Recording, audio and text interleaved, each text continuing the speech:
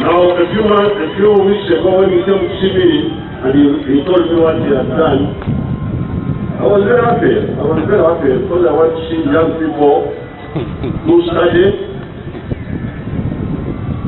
and he has done it. And when he came to see me, I said, why don't you do something?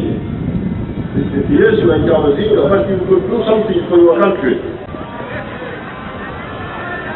I am the one who installed the country leadership, so I know the law very well. Therefore, I knew where he could help his country without conflicting with the constitution. Bwatyo President Yoweri Museveni bwe yavaayo ku nkomerera Ssabbiiti ewedde okutangaza ku kyakya abazinga okulondebwa nga ambasada ng'emirimu gye bakugikolera mu ofiisi ya President. Olunaku lw'enkya Paalamenti lwagenda okusunsulamu abalondebwa okukiikirira Uganda ku bitabo eby'enjawulo. Bano baakusunsulwamu wamu ne Minisita omubeezi ow'ebyenguudo General Katumba Wamala.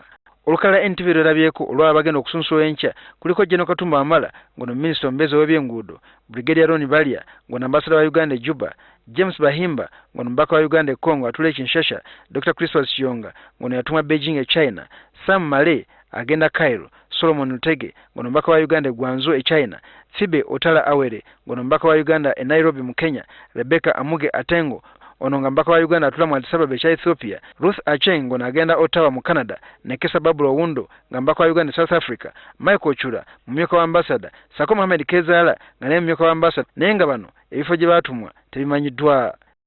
Kyabazinga wa Busoga William Gabulana Jope ng'ono yalondebwa kuba ambasada naye ng'emirimu gye agenda gikolera mu ofiisi ya President talabiseeko ku lukalala luno. Omwogezi wa Parliament Chris Obole agambye nti naye tamanyi nsonga. Kyokka akakasizza nti abalala bakusunsulamu olunaku lw'enkya nga kino kikolebwa akakiiko ka Parliament akola ku nsonga eno akulirwamu Speaker Rebecca Kadaga.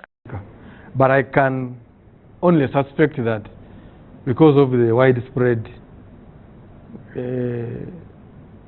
I don't know, divergent views about his nomination, maybe that's part of the reason, I don't know. But officially here, these are the names invited. Kinajjukira nti ensonga y'okulondebwa kwa Kyabazinga ku ambasada yayogezaamu ku basoga ebikankana nga bakiranga okuyisaamu amaaso omukulembeze waabwe.